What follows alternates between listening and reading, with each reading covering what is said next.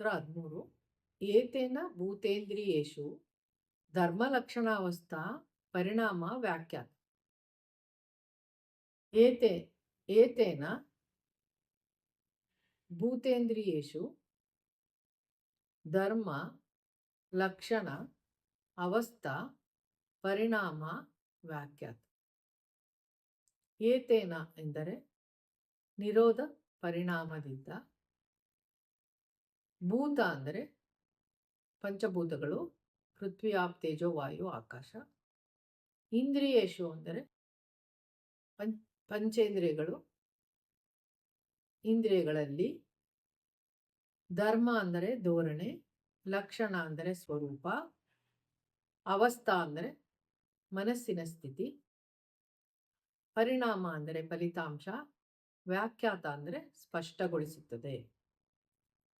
ಭಾವಾರ್ಥ: ಇಲ್ಲಿ ತ್ರಿವಿಧ ಪರಿಣಾಮ ಅಂದರೆ ನಿರೋಧ ಪರಿಣಾಮ, ಸಮಾಧಿ ಪರಿಣಾಮ, ಏಕಾಗ್ರತಾ ಪರಿಣಾಮ, ಈ ಮೂರು ಪರಿಣಾಮಗಳಿಂದ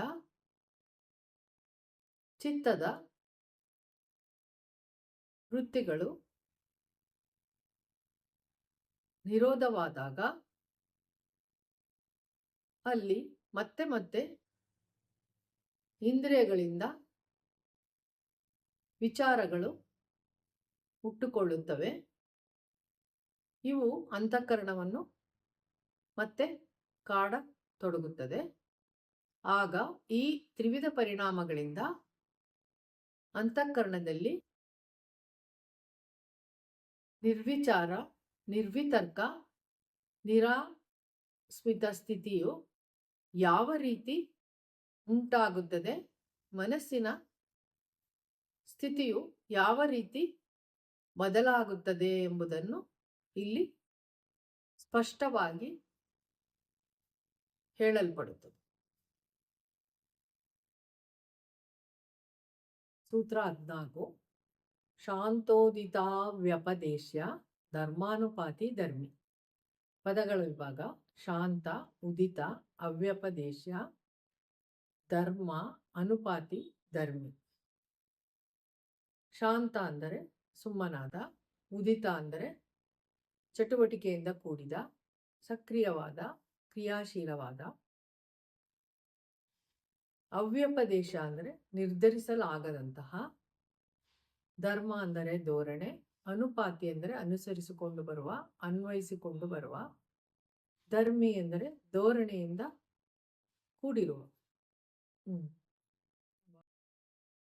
ಭಾವಾರ್ಥ: ಇಲ್ಲಿ ಎರಡು ವಿಚಾರಗಳನ್ನು ನಾವು ಭಾವಿಸಬೇಕಾಗುತ್ತದೆ.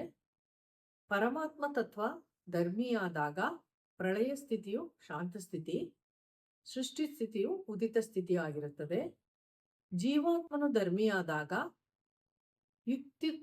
ಯುಕ್ತಗತ ಸ್ಥಿತಿಯು ಶಾಂತ ಸ್ಥಿತಿಯಾಗುತ್ತದೆ. ಪರಿಪಾಟಲು ಪಡುವಂತಹ ಸ್ಥಿತಿಯು ಉದಿತ ಸ್ಥಿತಿಯಾಗುತ್ತದೆ. ಇಲ್ಲಿ ಯೋಗಾಭ್ಯಾಸಿಯು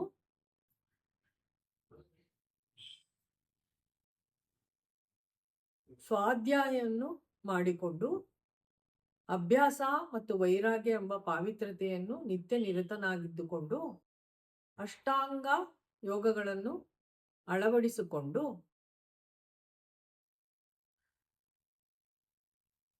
ಅವನು ಯೋಗಾಭ್ಯಾಸವನ್ನು ಮಾಡುತ್ತಾ ನಡೆದಾಗ ಅವನಿಗೆ ಮೂರು ಪರಿಣಾಮಗಳು ದೊರಕುತ್ತವೆ: ನಿರೋಧ ಪರಿಣಾಮ, ಸಮಾಧಿ ಪರಿಣಾಮ ಮತ್ತು ಏಕಾಗ್ರತಾ ಪರಿಣಾಮ. ಈ ಪರಿಣಾಮಗಳಿಂದ ಅವನು ನಿರ್ಬೀಜ ಸಮಾಧಿಯೆಡೆಗೆ ಅಂದರೆ ಮೋಕ್ಷದೆಡೆಗೆ ಹೋಗಲು ಅನುಕೂಲ ಮಾಡಿಕೊಡುತ್ತದೆ ಎಂಬುದಾಗಿ ಹೇಳಲಾಗಿದೆ.